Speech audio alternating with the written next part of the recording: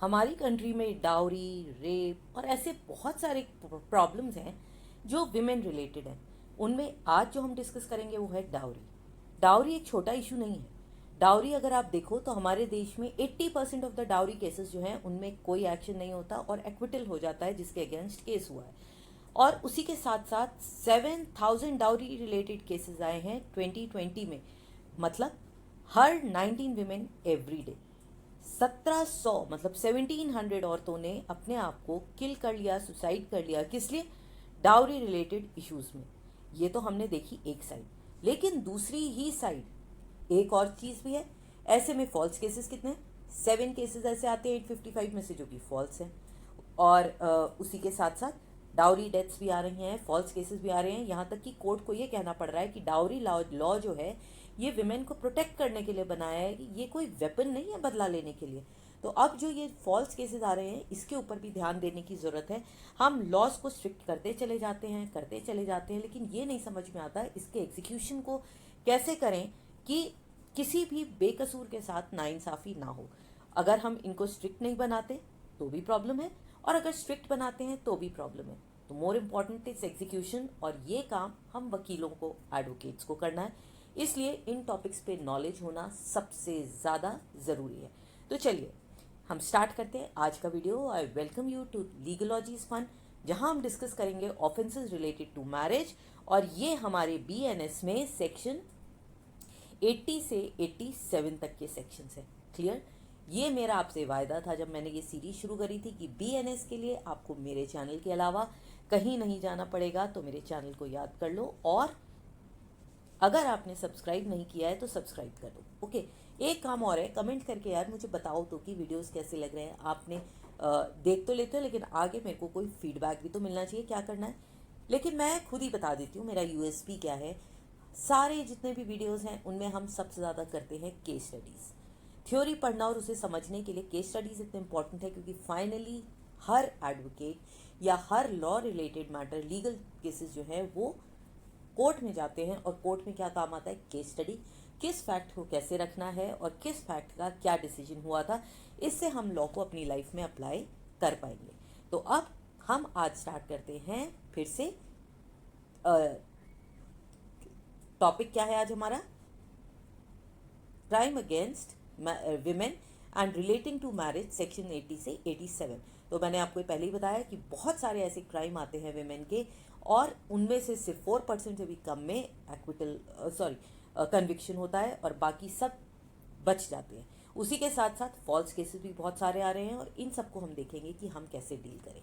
तो अगर हमें देखना हो तो एक बार मैंने आपको बताया, हम बीएनएस और आईपीसी दोनों को साथ साथ लेके चलते हैं ताकि आपको कोई भी कंफ्यूजन ना हो।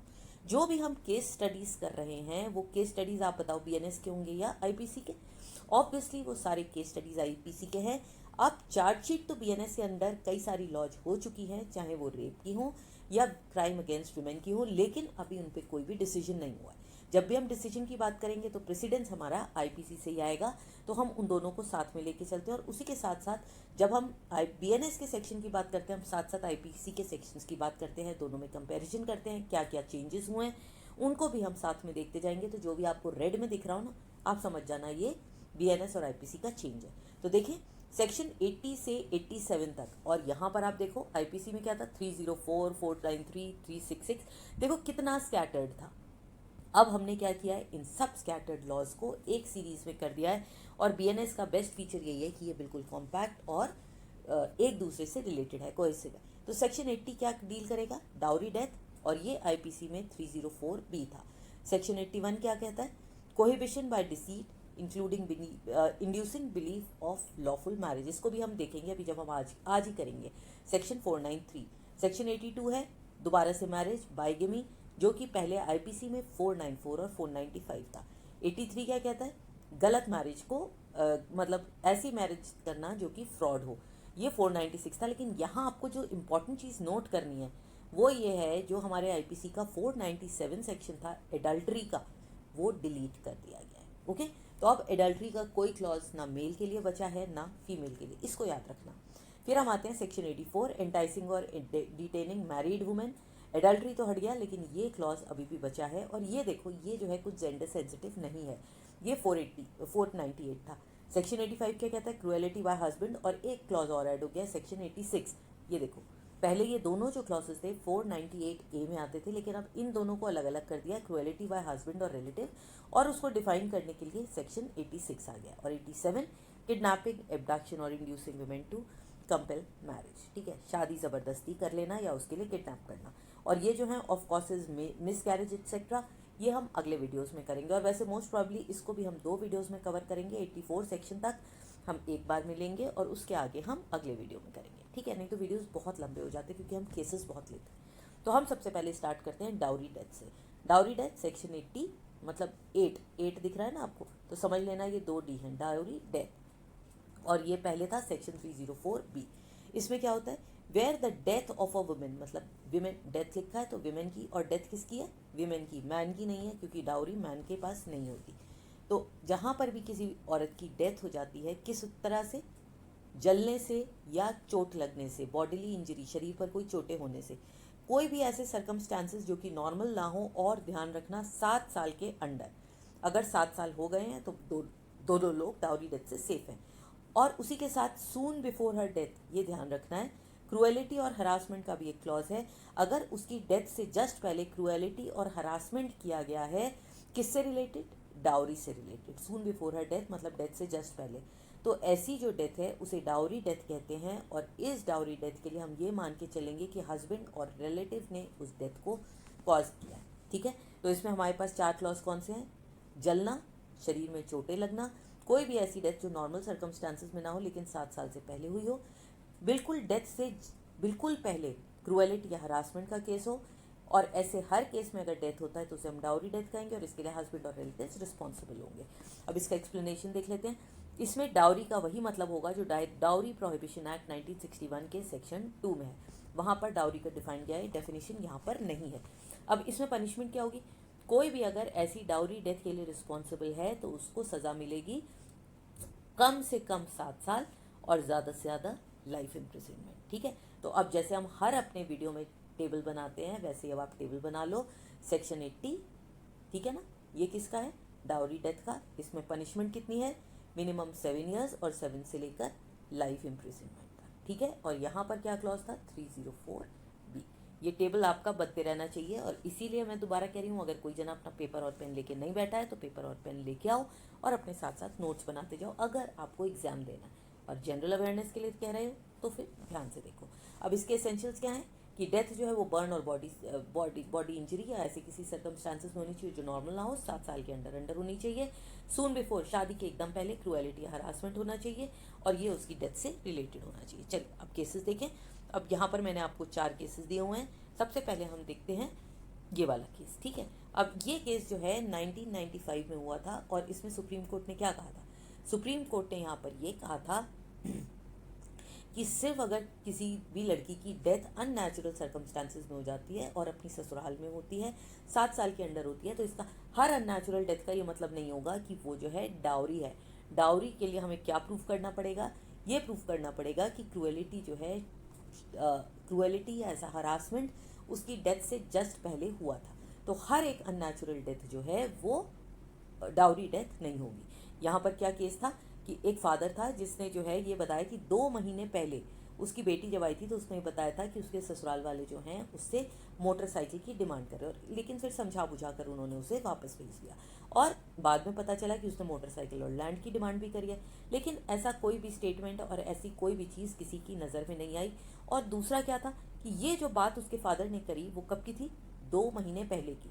तो उस टाइम पर जब उस लड़की की डेथ हुई, उस टाइम पर इसके पेरेंट्स तो नहीं जा पाए, लेकिन उसकी mother in law, 2 brother in laws, ये सब पहुंचे थे। और उन्होंने तब क्यों नहीं कहा कि हम कंप्लेंट करेंगे, वहाँ पर उसकी नानी भी मौजूद थी, मदर, मैटरनल ग्रैंड मदर और अंकल, मतलब एक अंकल और मामा हो सकते हैं, मैटरनल ग्रैंड मदर भी थे, और उन्होंने भी कोई क्रुएलिटी या हरासमेंट की बात नहीं करी।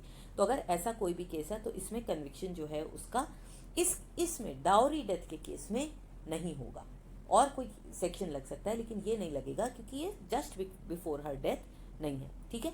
एक केस तो ये हो गया। अगला हम देखते हैं तुषारा।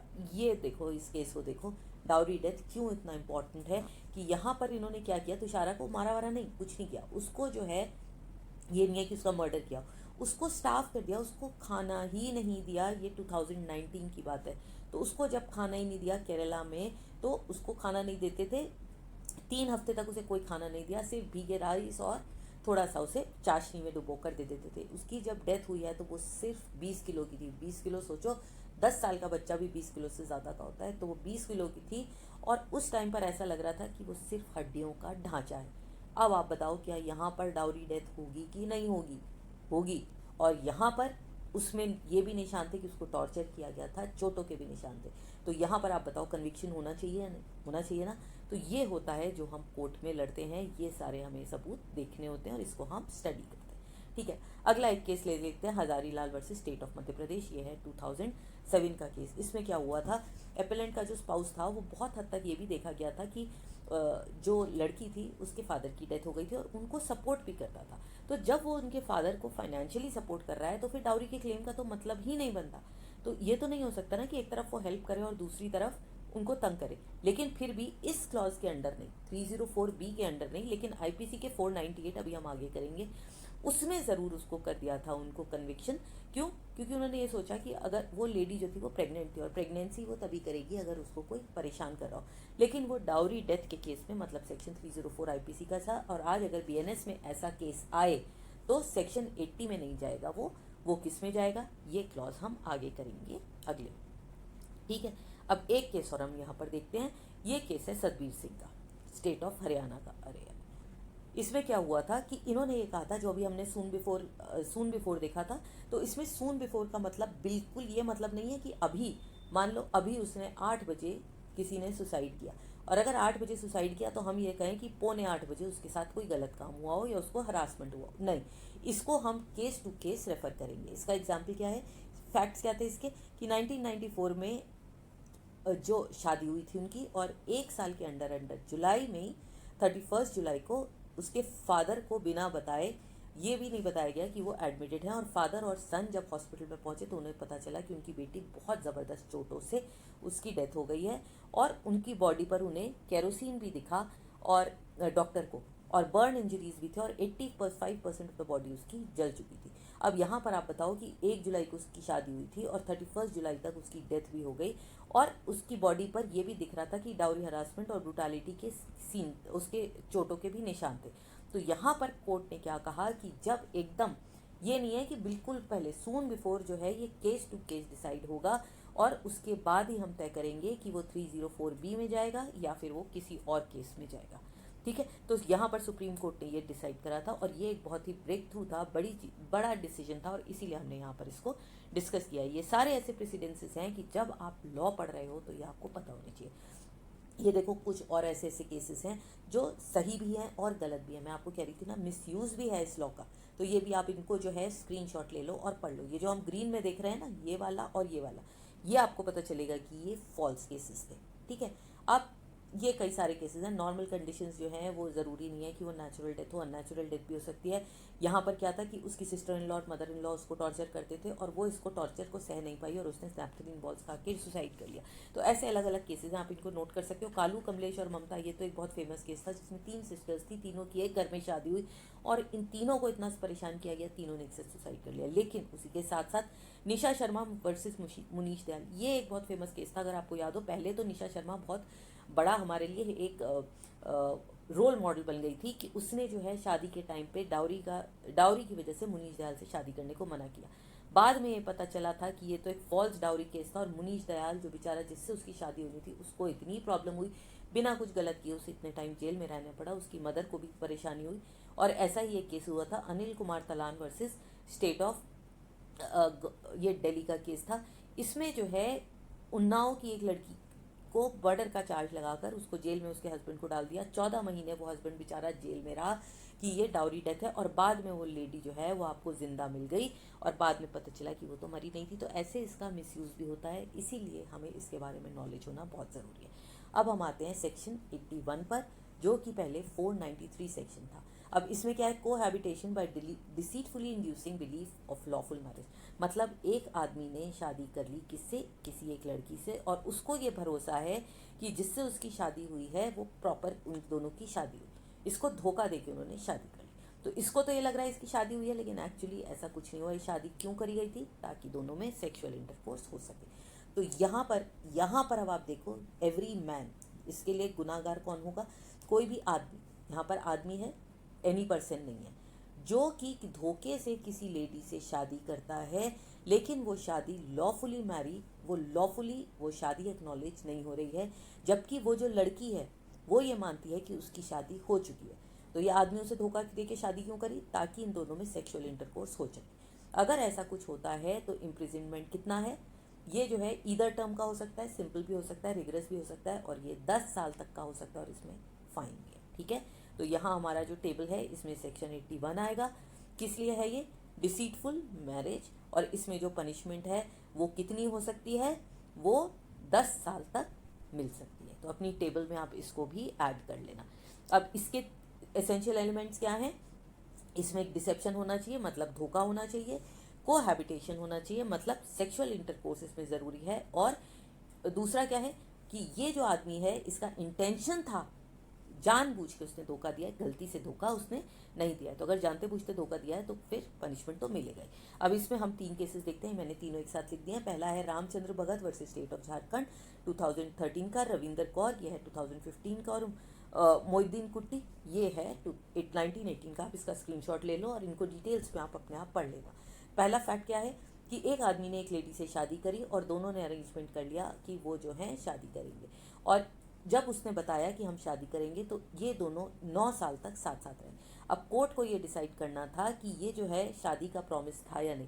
तो कोर्ट ने कहा ये शादी का झूठा प्रॉमिस नहीं था, और इसलिए मैन लायबल नहीं है, क्योंकि उसने अभी शादी नहीं करी, लॉफुली शादी हुई नहीं है। एक भरोसा ही तो दिया था, और उस लड़की को ये अभी शादी उसने नहीं करी। तो इस केस के अंडर वो नहीं फंसेंगे, कोई और क्लॉज में हम उस पर केस डाल सकते। तो इसीलिए हम कोर्ट में हो तो हमें सही क्लॉजेस लगाने होते हैं। ठीक है, सही सेक्शन के अंडर हमें चार्जशीट फाइल करनी होती है। रविंदर कौर वाले केस में क्या हुआ था? एक आदमी ने डिवोर्स ले लिया, लेकिन उसने जो है अपनी वाइफ को इसके बारे में नहीं बताया, और दोनों का रिलेशनशिप वो है जो है चलता रहा, दोनों एक साथ रहते रहे। अब यहाँ पर वाइफ को जब पता चला तब उसने इसके खिलाफ केस किया, लेकिन ये अब आप पता करके बताना क्या उसे पनिशमेंट मिली थी या नहीं मिली थी, और ये भी बताना आपको क्या लगता है उसे पनिशमेंट मिलनी चाहिए या नहीं। पनिशमेंट मिलनी चाहिए ही नहीं, क्या इस सेक्शन के अंडर पनिशमेंट मिलनी चाहिए? गलत शादी, झूठ बोल के शादी, क्या यहाँ पर झूठ बोल के शादी हुई थी? ये ध्यान में रख के मुझे बताओ कि यहाँ पर सज़ा मिलेगी या नहीं। अब हम आते हैं अगले पर। यहाँ पर कोर्ट ने क्या कहा था कि ये जो सेक्शन है इसमें आदमी सिर्फ तभी लायबल होगा अगर वो सेक्सुअल इंटरकोर्स करता है। अगर सेक्सुअल इंटरकोर्स नहीं हुआ है तो फिर यहाँ पर उसमें वो लायबल नहीं होगा। इनकी डिटेल्स आप बाद में देख सकते हो। ओके, स्क्रीनशॉट लेते जाना आप। अब हम अगले पे आते हैं, सेक्शन 82। अब ये क्या है? Marrying again during the life term of husband और वाइफ। ये तो सिंपल है, बाइगेमी का केस है, और ये किसके लिए? हुएवर, ये मैन या विमेन के लिए नहीं है, अगर आदमी है तो भी और अगर विमेन है तो भी। तो ये जेंडर न्यूट्रल है। अगर लड़की है तो उसका हस्बैंड, और लड़का है तो उसकी वाइफ। अगर उनके जिंदा रहते कोई भी जना दूसरी शादी कर लेता है तो वो जो दूसरी शादी है वो वॉइड है, वो लीगली एक्नॉलेज नहीं की जाएगी अगर उसका हस्बैंड या वाइफ जिंदा है। ठीक है, ऐसे केस में पनिशमेंट क्या है? 7 साल तक की पनिशमेंट हो सकती है प्लस फाइन। तो अब यहाँ पर क्या होगा? सेक्शन 82, ये क्या है? बाइगेमी का केस है। इसमें पनिशमेंट कितनी हो सकती है? टिल 7 ईयर्स हो सकती है प्लस फाइन। ठीक है, अब इसमें क्या है? एक्सेप्शन, कुछ एक्सेप्शंस भी हैं। एक्सेप्शन क्या है? एक्सेप्शन है कि ये ऐसे किसी जने के लिए वो इसमें उसको सज़ा नहीं मिलेगी जिसकी मैरिज हस्बैंड या वाइफ की वॉइड डिक्लेयर हो चुकी है। अगर किसी भी हस्बैंड या वाइफ की जो फर्स्ट मैरिज है वो किसी भी वजह से वॉइड है तो ये सेकंड मैरिज फिर लीगल होगी। ऑब्वियसली ना, ये तभी तो है जब दूसरी शादी, अगर पहली शादी वॉइड है तो फिर ये शादी जायज़ मानी जाएगी। जैसे चाइल्ड मैरिज, अगर वो लड़के लड़की शायद तैयार ना हो तो वो वॉइड है, वो दोबारा शादी हो सकती है। दूसरा क्या है कि अगर उसने शादी जो है अपने फॉर्मर स्पाउस, मतलब पति या पत्नी जो भी था, उसके साथ उसके जिंदा रहते करी है, लेकिन वो जो पति या पत्नी था वो 7 साल तक लगातार मौजूद नहीं था और उसके बारे में कोई भी खबर 7 साल तक नहीं मिली। मान लीजिए ये हस्बैंड है, इसकी वाइफ जो है 7 साल से गायब है, या फिर वाइफ है जिसका हस्बैंड 7 साल से गायब है, किसी को नहीं पता। अब अगर ये 10 साल के बाद लौटेगा तब हमने ये नहीं कह सकते कि उसकी शादी जो है वो वॉइड है। ठीक है, लेकिन इसमें कंडीशन क्या है कि जो भी जना जिसने सेकंड मैरिज करी है, उसने जिससे शादी करी है उससे ये पता होना चाहिए कि शादी हुई थी। मतलब मान लो ए ने बी से शादी करी है, ए जो है वो विमेन है और बी जो है वो मैन है। अब 7 साल के बाद, 10 साल के बाद मान लो उसका हस्बैंड आता है, लेकिन ए ने बी को बता दिया था कि मेरी शादी हो चुकी है, तो अगर उसने बी को बता दिया था तो उसको पनिशमेंट नहीं मिलेगा और वो लायबल नहीं। क्लियर? तो इसके एलिमेंट्स क्या हैं? एलिमेंट्स भी आप नोट कर लो, या बेसिक इंग्रेडिएंट्स क्या है कि पहली शादी वैलिड होनी चाहिए। उसके बाद दूसरा इंग्रेडिएंट क्या है? दूसरी शादी सॉलेमनाइज होनी चाहिए, करी हुई होनी चाहिए। ये नहीं है कि मैंने सिर्फ सोचा। पहली शादी अभी चल रही होनी चाहिए, और अगर सर्वाइवल है स्पाउस का तभी फंसेंगे, अगर नहीं है सर्वाइव कर रहा तो नहीं फंसेंगे, और दोनों शादियां वैलिड होनी चाहिए। ठीक है? अब इसमें ये बहुत सारे केसेस हैं, हम बहुत शॉर्ट में इनको देखेंगे, आप इन केसेस के नाम तो नोट कर ही सकते हो। सबसे पहला है सत्या देवी वर्सेस खेमचंद। यहाँ पर एक वाइफ ने अपने हस्बैंड के खिलाफ बाइगैमी का केस डाला था, लेकिन वो ये नहीं बता पाई कि उसकी जो शादी थी वो लॉ के अकॉर्डिंग सही थी या नहीं थी। ठीक है? तो इस केस में सेकेंड मैरिज जो है वो वैलिड रही। क्यों? क्योंकि वो ये प्रूव नहीं कर पाई कि उसकी शादी जो है वो वैलिड थी या लॉफुल थी। मतलब मैं ये किसी से भी कह दूँ मेरी इससे शादी हुई तो मुझे प्रूव भी तो करना पड़ेगा कि मेरी शादी हुई है। दूसरा, ये बड़ा फेमस केस हुआ था Sarla Mudgal versus union of India का। इसमें क्या हुआ था कि ये डिसाइड करना था कि अगर कोई भी जना इस्लाम को कन्वर्ट कर जाता है और फिर दूसरी शादी कर लेता है तो वो वैलिड होगी या नहीं। तो अगर ए को बी से शादी करनी है, ठीक है, और ए की पहले ही वाई से शादी हुई है, तो जब वो वाई से शादी हुई थी तो वो हिंदू था। अब उसने क्या किया? अब वो जो है मुस्लिम बन गया, और मुस्लिम बनने के बाद, क्योंकि मुस्लिम पर्सनल लॉ में हम दूसरी शादी कर सकते हैं, अब उसने बी से शादी कर ली, तो यह वैलिड होगी? नहीं वैलिड होगी। यहाँ पर भी वो बाइगैमी होगी। क्यों? क्योंकि उसने जब पहली शादी करी थी तब क्या था? वो हिंदू। तो ये तो अभी हिंदू मैरिज एक्ट से ही चल रही है ना। तो अगर उसने पहले इस शादी से पहले, पहली वाली शादी से पहले वो मुस्लिम था तब तो ये चलेगा, लेकिन अगर उसकी पहली शादी हिंदू रीति रिवाज से हुई थी और वो हिंदू था तो वो बाद में कन्वर्ट कर कर इसको नहीं चला सकता है। तो ये एक लैंडमार्क जजमेंट था जो आपको ज़रूर पता होना चाहिए। ठीक है? फिर हम देखते हैं एक मुथम्मल वर्स का केस। इसमें क्या हुआ था कि अगर जो है ये डिसाइड हो जाए, कई बार क्या होता है कि लोग क्या कहते हैं बाइगेमी का केस है तो जो दूसरी शादी है ना उसमें जो जो लोग भी आए उन सबको केस में फंसा देते हैं। तो यहाँ पर ये डिसाइड हुआ था कि अगर किसी ने अबेट नहीं किया, हम अबेटमेंट की वीडियो कर चुके हैं, अगर ध्यान ना हो, आपने देखी ना हो तो उसका मैं यहाँ पर आई बटन में लिंक दे दूंगी, आप उसको ज़रूर देखना। उसमें बहुत क्लियरली अबेटमेंट और क्रिमिनल कॉन्स्पिरेसी समझाए। तो अगर ये समझ में आए कि उन लोगों ने ही शादी कराई है, वो उसकी शादी में अबेट कराया और पूरी तरह से शामिल थे, वो तभी लायबल होंगे पनिशमेंट के, अदरवाइज नहीं होंगे। ये नहीं है कि जो भी जना शादी में आया आपने सबको फंसा दिया। ठीक है? अगला क्या है? खुशबू वाले केस में क्या हुआ था? इसमें अगर दो हस्बैंड, एक लड़का और लड़की बिना शादी करे साथ में रहते हैं तो वो इस वाले केस के अंडर, मतलब सेक्शन 82 में आ गया, आप उन्हें कन्विक्ट नहीं कर सकते क्योंकि इसमें दूसरी शादी होना, वैलिड होना ज़रूरी है। ठीक है? तो आपको सारे लॉज देखो, जितने भी इसमें आपके एलिमेंट्स हैं वो सारे इनसे क्लियर हो जाते हैं। इस वाले केस में अब क्या हुआ था कि बाइगेमी को प्रूव करने के लिए ये दिखाना ज़रूरी है सेकंड मैरिज वैलिड है और उसका सॉलमनाइज होना ज़रूरी है। सिर्फ प्लानिंग तक आप शादी उसको बाइगेमी नहीं कर सकते। ये नहीं है कि इंगेजमेंट हो गई और बाइगेमी हो गई, शादी होना ज़रूरी है। और दूसरा क्या है? यहाँ पर क्या हुआ था? एक आदमी ने अपने आप ही अपनी साइड से डिवोर्स ले लिया एक्स पार्टी। अब उसमें क्या हुआ? और उसने दूसरी शादी कर ली। अब पहली शादी जो थी वो एक्स पार्ट, अगर पहली वाइफ ने जो डाइवोर्स है एक्स पार्टे, उसने भी उसको ओवरटर्न करा दिया, तो वो जो है बाइगेमी के लिए उसको कन्विक्ट नहीं कर सकती क्योंकि जब शादी हुई थी तब वो डिवोर्स था। Is that clear? तो ऐसे में वो ओवर रूल नहीं करा सकती। कुछ लैंडमार्क जजमेंट्स होते हैं जिनको हमें ज़रूर पता होने चाहिए क्योंकि इन्हीं के बेसिस पर हम आगे फाइट करते हैं, और हर लॉ के बंदे को पता होना चाहिए, और अगर आप किसी केस में फंसे हैं तब भी पता होना चाहिए। ठीक है? अब हम आते हैं मैरिज सेरेमनी जो कि फ्रॉड हो। पीछे क्या था? धोखा देके शादी करना, और यहाँ पर जो शादी हुई है वो फ्रॉड है। ये आता है सेक्शन 83 में, और पहले ये था सेक्शन 496। अब यहाँ पर क्या है? हुएवर है, तो इसका क्या मतलब हो गया? ये लड़का और लड़की दोनों के लिए जेंडर न्यूट्रल है। धोखे से, जानते बूझते, गलत इंटेंशंस के साथ एक ऐसी मैरिज सेरेमनी करी ये जानते हुए कि वो जो शादी है वो लॉफुल नहीं है। ठीक है? तो ये वहाँ तो ये था कि उसने झूठ बोल के शादी करी, और यहाँ पर क्या है कि वो जो शादी करी है वो लॉफुल नहीं है, उसे लॉ जो है एक्नॉलेज ही नहीं करता। ऐसे में उसको पनिशमेंट क्या मिलेगी? 7 ईयर्स। क्लियर? तो यहाँ पर हमारा सेक्शन 83 है और फ्रॉड मैरिज है। वहाँ मैरिज जो है वो डिसीट से की गई थी, फ्रॉड मैरिज है, और इसमें पनिशमेंट कितना है? अप टू 7 ईयर्स और फाइन। तो अपनी टेबल में इसको आगे बढ़ा लो और पूरा टेबल बनाते चले जाओ। तो इसके एसेंशियल्स क्या हैं? इसके एसेंशियल्स हैं कि ये जो है कोई भी जेंडर कर सकता है, झूठ बोल के गलत इंटेंशंस के साथ मैरिज सेरेमनी होनी ज़रूरी है, और नॉलेज होनी चाहिए जिसने भी ये गलत काम किया है कि ये जो मैरिज वो कर रहा है वो वैलिड नहीं है। ठीक है? तो आपको इसके एलिमेंट्स भी समझ में आ गए। चलो अब कुछ केसेस देखते हैं जिससे आपको बिल्कुल क्लियर हो जाएगा। शेख अलामुद्दीन का देखते हैं, इसने क्या किया था। उसने ये किया था कि उसकी जो मैरिज सेरेमनी थी वो इनवैलिड थी क्योंकि उसकी पहले वाली शादी अभी चल रही थी।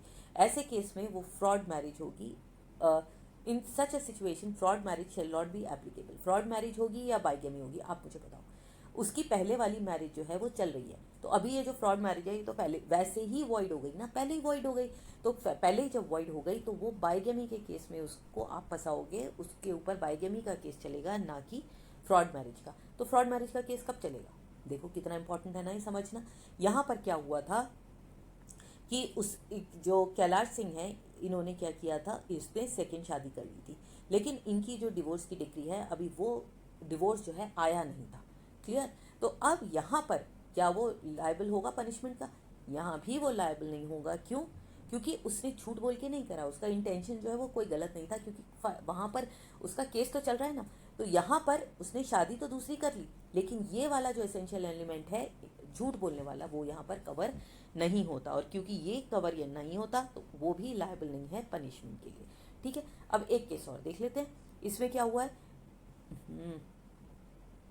इसमें क्या हुआ था, केस ने, कोर्ट ने क्या कहा था, court observe that such deceitful intention must exit. जब शादी हुई है, हस्बैंड के माइंड में वो इंटेंशन, जो धोखा देने वाला इंटेंशन है, वो तभी होना चाहिए, ये नहीं है कि बाद में हो जाए। इसका क्या मतलब है कि अगर शादी के समय हस्बैंड ने धोखा देने के इरादे से नहीं करा है तो फिर वो इस केस के अंडर लायबल नहीं होगा। तो इस केस में फंसने के लिए उस आदमी को पता होना चाहिए कि उसकी शादी जो है वो वैलिड नहीं है। क्लियर? अब हम आते हैं सेक्शन 84 पर, और यहाँ पर क्या है, ये वर्ड्स, कुछ ऐसे वर्ड्स हैं जिनको हटा दिया गया है। फ्रॉम दैट मैन और any person having care of that, ये वाला जो एक लाइन है ये आईपीसी में थी, यहाँ पर हटा दी गई। वो क्यों हटा दी गई? क्योंकि अब यहाँ पर आ गया है हुएवर, तो ये जेंडर न्यूट्रल हो गया है। तो हुएवर, कोई लड़का भगाए या लड़की भगाए या थर्ड जेंडर भगाए, अगर जो है दूसरी किसी भी औरत को, मतलब जो किसी और की वाइफ है, सिर्फ लड़की नहीं है, उसे पता है कि वो किसी और की वाइफ है, अगर किसी ऐसी लड़की को वो भगा के ले जाता है, किस लिए भगाता है? सेक्सुअल इंटरकोर्स के लिए। वो इलिसिट है ना, एक्स्ट्रा मैरिटल अफेयर में। तो ऐसे में अगर वो किसी और की वाइफ को भगा लेता है और कंसील्स एंड डिटेन्स दैट विमेन, और उस लड़की को भगाकर, छुपाकर भगा के ले जाता है, तो ऐसे में उसको 2 साल तक की सज़ा हो सकती है। ठीक है, तो सेक्शन 84 में सज़ा कितनी है? 2 साल तक विद फाइन। और ये किस चीज़ की है? भगाने की। इसको भगाना ही लिख लेना। ठीक है, रन अवे, ऐसे केस में ये सज़ा मिलेगी। क्लियर? अब इसके भी कुछ केसेस देख लेते हैं। अब इसमें आलमगीर का केस था, इसमें भी कोर्ट ने यही कहा था कि अगर एक आदमी जानता है कि वो जो जिस लड़की के साथ वो जा रहा है वो किसी और की वाइफ है, और ऐसे में वो क्या गलत कर रहा है कि हस्बैंड का जो अपनी वाइफ के साथ रिलेशन था और जो कंट्रोल था उसने वो ख़त्म कर दिया, तो ये जो है ऑफेंस आएगी इस केस में और उस आदमी को सज़ा मिलेगी। ठीक है, एक और केस देख लेते हैं।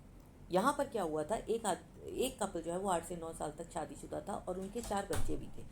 अब वो जो है, वो जो आदमी था वो उसके घर में, उसकी एब्सेंस में, हस्बैंड की एब्सेंस में कई बार आता था, और फिर जो है एक दिन वो उदयपुर सारे भाग गए और उसको ये धोखा दे के ले गया कि वो उससे शादी करेगा, और शादी उसने किया नहीं, वो तो बात की बात है, लेकिन बोल के तो ये ले गया शादी करेगा।